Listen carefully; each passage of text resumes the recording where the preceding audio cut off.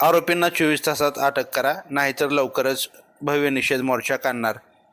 चिखली तालुक्यातील शेलगाव जहागीर येथील सौ उषाताई रमेश साळवे यांना जमिनीच्या वादातून गंभीर जीवघेणी मारहाण करण्यात आली होती. त्यांच्या परिवाराची आज भेट घेऊन त्यांचं सांत्वन केलं. पोलीस प्रशासनाचे भेट घेऊन 24 तासाच्या आत जातीवादी आरोपींना अटक करा, त्याच्यावर 307चा गुन्हा नोंद करा, त्याच्या घरावर बुलडोजर चालवा, या ताईची जमीन त्यांना वापस देऊन त्यांना तात्काळ न्याय द्यावा. तसेच सामाजिक कार्यकर्ते व पत्रकार प्रशांत डोंगरदेवे यांनी फोनवरून धमकी देणाऱ्यावर पत्रकार संरक्षण कायद्याने तात्काळ अटक करा, अन्यथा महाराष्ट्रातील सर्वपक्षीय संघटना कार्यकर्त्यांना घेऊन आपल्या पोलीस स्टेशनवर भव्य निषेध मोर्चाचं आयोजन करण्यात येईल. होणाऱ्या परिणामास आपण सर्वस्वी जबाबदार राहाल, असा इशारा दिलीपभाई खरात यांनी प्रशासनाला दिला. यावेळी प्रकाशभाई दुधळे, सिद्धांतभाई वानखेडे, प्राध्यापक पठाण सर, दिलीप काकडे, वंदनाताई वाघ, हिम्मतराव जाधव, प्रशांत डोंगरदेवे, संदीपभाई गवई, प्रकाश पाटील, अशोक खरात, सचिनभाऊ परमेश्वर साळवे, सलीमभाई पठाण, राणा मोरे, अश्विन लहानेसह शेकडो भीमसैनिक उपस्थित होते. लाईव्ह महाराष्ट्र झोन न्यूजसाठी महेंद्र हिवाळे. ताज्या अपडेट्ससाठी लाईव्ह महाराष्ट्र झोन न्यूजच्या यूट्यूब चॅनलला सबस्क्राईब करा, तसेच बेल आयकॉनवरती क्लिक करा. सर्वांना माझे जय भीम.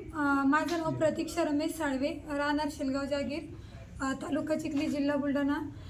सगळ्यांना माहिती आहे की दिनांक 30 रोजी आम्ही शेलगाव जहागीर येथे मी आणि माझी आई शेतात काम करत असताना तुरीच्या खोडक्या वेचत होतो.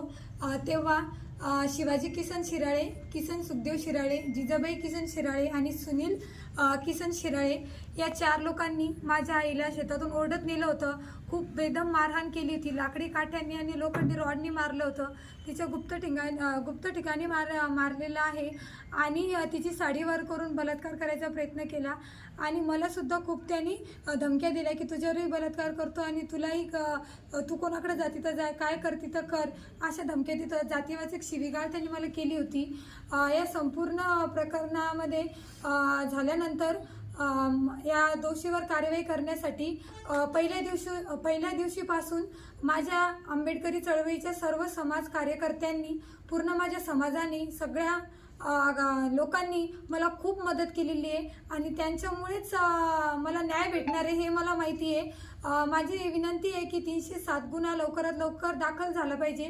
त्यासाठी सगळ्या समाज बांधवांनी, सगळ्या आंबेडकरी चळवळीच्या सगळ्या कार्यकर्त्यांनी मला भरभरून मदत करा आणि माझ्या आईला लवकरात लवकर न्याय द्या आणि लवकर आरोपीला तात्काळ अटक झाली पाहिजे याचा पुरेपूर प्रयत्न करा आणि सर्वांना माझं जय भीम.